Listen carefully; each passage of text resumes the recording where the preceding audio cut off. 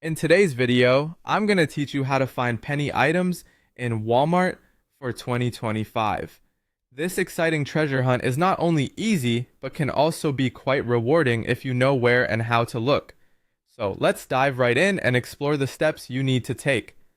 First, open your web browser and head over to Google. In the search bar, type Walmart penny items and hit enter.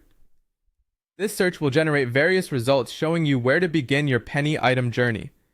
It's a simple but crucial step because you'll find links to sites and forums where penny item discussions happen, so you can gather tips and tricks from other shoppers.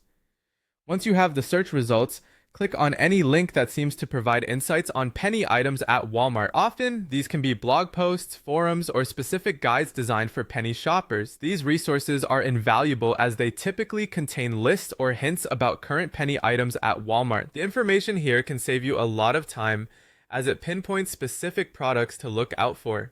After browsing these resources, you should have a general idea of what items might be priced for a penny.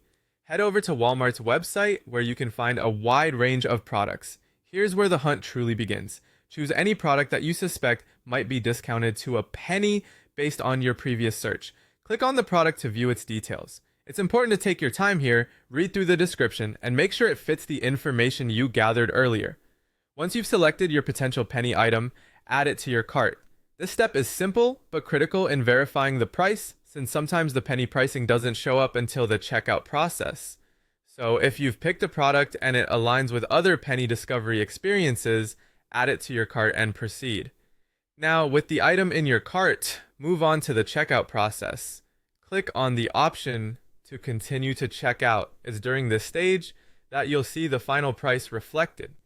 Here, you may need to log in or create an account if you haven't already. As you reach the summary of your purchase, it will become clear if the item is indeed a penny. If it is, congratulations, you've found a hidden gem at Walmart.